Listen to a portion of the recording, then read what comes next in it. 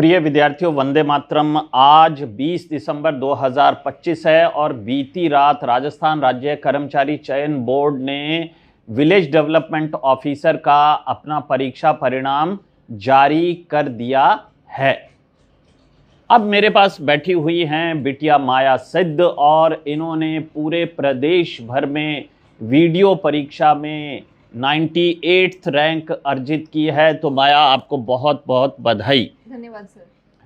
पटवारी का परीक्षा परिणाम आए भी कुछ दिन हो चुके हैं, जिसमें माया की 116वीं रैंक आई थी और माया हमारे आरएएस बैच की विद्यार्थी है। और जब पटवारी का परीक्षा परिणाम आया तो मैंने इनसे कहा कि भाई, हम तो किसी भी व्यक्ति को सफल तब मानते हैं जब उसके चयन की मिठाई खिला लेते हैं।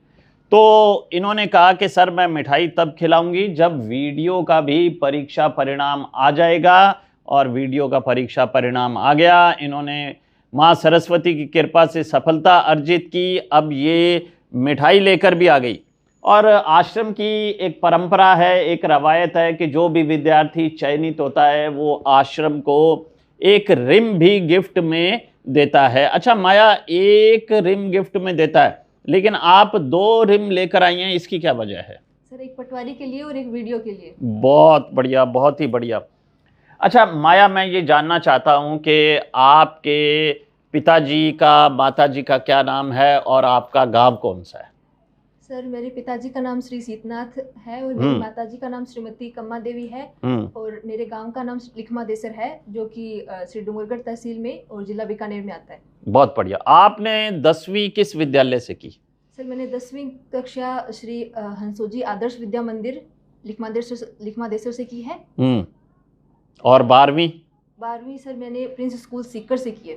बहुत बढ़िया। उसके बाद कॉलेज यानी कि बीए आपने कब की और कहाँ से की? हाँ सर, मैंने बीएससी की है एसबीडी कॉलेज सरदार शहर से, एमजीएस यूनिवर्सिटी। बहुत बढ़िया। अच्छा, यहाँ मैं आपको एक बात बता देता हूँ कि जैसे ही बीएससी में एडमिशन लिया, माया ने तत्काल ही वो आश्रम में आ गई और ये हमारे कब, टाइगर और लोयन की विद्यार्थी भी रही है। अच्छा माया, फाइनल टारगेट क्या है आपका?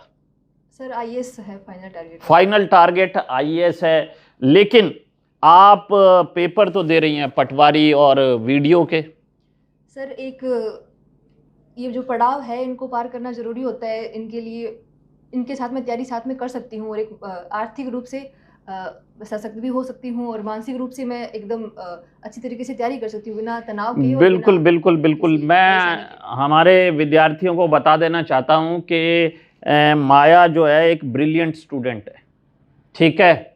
और माया ने मुझे ये कहा कि सर, मैं अपने चारों तरफ एक आर्थिक सुरक्षा चक्र पहले खींच देना चाहती हूँ और इसलिए मैं क्रमिक रूप से सीढ़ी दर सीढ़ी अपने फाइनल टारगेट तक पहुँचूंगी।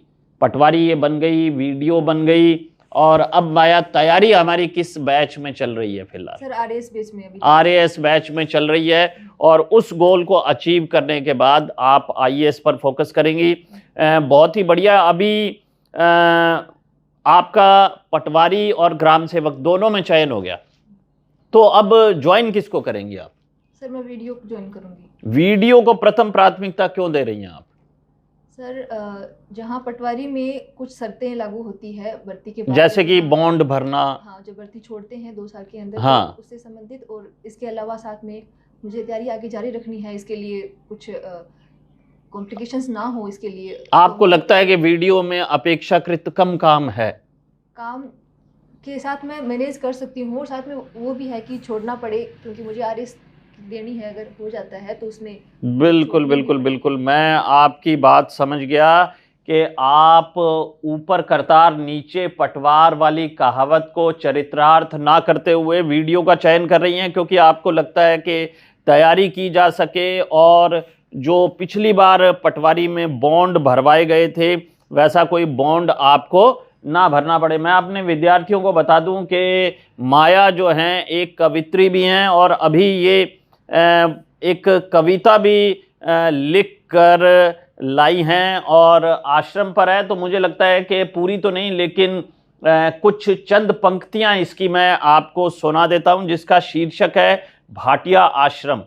उड़ान एक ईमानदार देशभक्त प्रशासक निर्माण की ओर। और इन्होंने लिखा है, आइए आश्रम में करो शुरुआत अभी, संग्राम ये लंबा चलने वाला है, ना कमी थोड़ी भी छोड़ो, अपनी मेहनत में परिणाम जरूर मिलने वाला है, सफल तो बनोगे ही, एक अच्छा इंसान बन जाओगे, व्यक्तित्व आपका निखरेगा और शालीनता से जीना सीख जाओगे, वक्त का विवेकपूर्ण उपयोग करो, वक्त बहुत जल्दी निकल जाता है, जो समय पर मेहनत नहीं करता वह आखिर में पछताता है। बहुत बढ़िया। परिस्थितियां नहीं बदलने वाली हमारी, हमें इन परिस्थितियों का ही सहारा लेना होगा, बनकर रास्ता इन परिस्थितियों में से ही, बनाकर रास्ता इन परिस्थितियों में से ही हमें तो गुजरना होगा। आश्रम करेगा कोशिश पूरी, आपको आपके मुकाम तक पहुंचाएगा, थोड़ा सब्र जरूर रखना, भविष्य आपको अपना खुद ब खुद नजर आएगा। बहुत ही बढ़िया माया, आपके बड़े ही ईमानदार शब्द हैं आश्रम के प्रति। कविता बहुत विस्तृत है, लेकिन मैं ये चाहूँगा कि आश्रम में आने के बाद बालक बालिका को क्या करना है, इसे भी अपने काव्य शब्दों में माया खुद ही सुना दे। बहुत बढ़िया माया। हाँ, क्या लिखा है आपने? क्या करना है आश्रम में आपको? क्या करना है आपको? रोज क्लास में आना है, आना ही है, शालीनता से रहना है, रहना ही है, नोट्स खुद बनाओ, खुद ही बनाना है, 8-8-8 का फॉर्मूला आज ही अपनाना है, पेपर देना आपको है तो मेहनत भी होगी आपकी ही, मेहनत करना शर्त है, पेपर तो पास होगा आपका ही। बहुत बढ़िया। जैसा कि आपने पेपर पास कर दिया, यहाँ 8-8-8 के फार्मूले के बारे में मैं बता दूं कि मैं बरसों बरस से बच्चों को कह रहा हूं कि 8 घंटे बच्चे को सोना चाहिए, 8 घंटे पढ़ना चाहिए और 8 घंटे उसके अन्य कामों के लिए। तो कम से कम 8 घंटे की स्टडी आपको करनी ही है। तो खैर माया, बहुत लंबी बात ना करते हुए मैं चाहूँगा कि आप विद्यार्थियों को ये बता दीजिए कि सफलता का सूत्र क्या होता है। सर, ईमानदारी से मेहनत करना, खुद के प्रति ईमानदार रहना, मेन चीज़ तो ये है। बहुत बढ़िया। और इसके अलावा अनुशासन रखना और लगातार पेपर देते रहना और क्लास में आना।